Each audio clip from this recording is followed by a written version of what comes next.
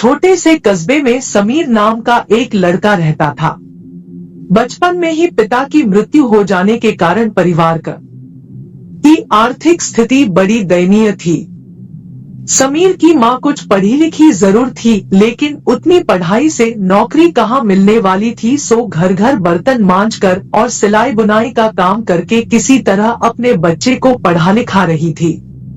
समीर स्वभाव से थोड़ा शर्मीला था और अक्सर चुपचाप बैठा रहता था। एक दिन जब वो स्कूल से लौटा तो उसके हाथ में एक लिफाफा था।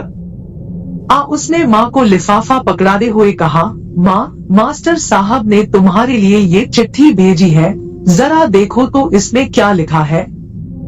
माँ ने मन ही मन चिट्ठी पढ़ी और मुस्कुराकर बोली, बेटा, इसमें लिखा है कि आपका बेटा काफी होशियार है। इस स्कूल के बाकी बच्चों की तुलना में इसका दिमाग बहुत तेज है और हमारे पास इसे पढ़ाने लायक शिक्षक नहीं है। वर्टिकल बार, इसलिए कल से आप इसे किसी और स्कूल में भेजें। यह बात सुनकर समीर को स्कूल न जा सकने का दुख तो हुआ, पर साथ ही उसका मन आत्मविश्वास से भर गया कि वो कुछ खास है और उसकी बुद्धि तीव्र है। माँ, आपने उसका दाखिला एक अन्य स्कूल में करा दिया। समय बीतने लगा। समीर ने खूब मेहनत से पढ़ाई की। आगे चलकर उसने सिविल सर्विसेज परीक्षा भी पास की और आईएएस ऑफिसर बन गया।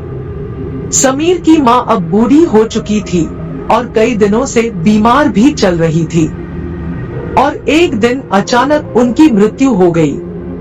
समीर के लिए ये बहुत बड़ा आघात था।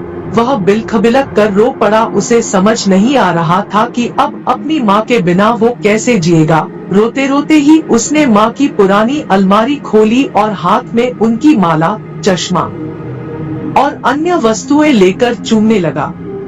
उस अलमारी में समीर के पुराने खिलौने और बचपन के कपड़े तक संभाल कर रखे हुए थे। समीर एक एक कर सारी चीजें निकालने लगा और तभी उसकी नजर एक पुरानी चिट्ठी पर पड़ी। दरअसल ये वही चिट्ठी थी जो मास्टर साहब ने उसे 18 साल पहले दी थी। नम आंखों से समीर उसे पढ़ने लगता। आपको बताते हुए हमें अफसोस हो रहा है कि आपका बेटा समीर पढ़ाई में बेहद कमजोर है और खेलकूद में भी भाग नहीं लेता है। जान पड़ता है कि उम्र के हिसाब से समीर की बुद्धि विकसित नहीं हो पाई है, अतः हम इसे अपने विद्यालय में पढ़ाने में असमर्थ हैं।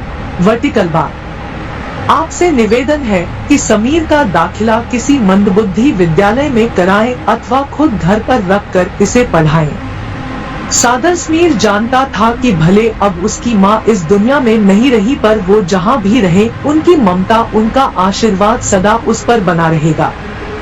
माँ से बढ़कर त्याग और तपस्या की मूरत भला और कौन हो सकता है।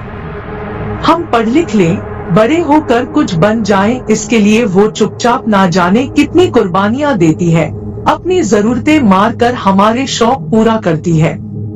यहाँ तक कि संतान बुरा व्यवहार करे तो भी माँ उसका भला ही सोचती है। सचमुच माँ जैसा कोई नहीं हो सकता।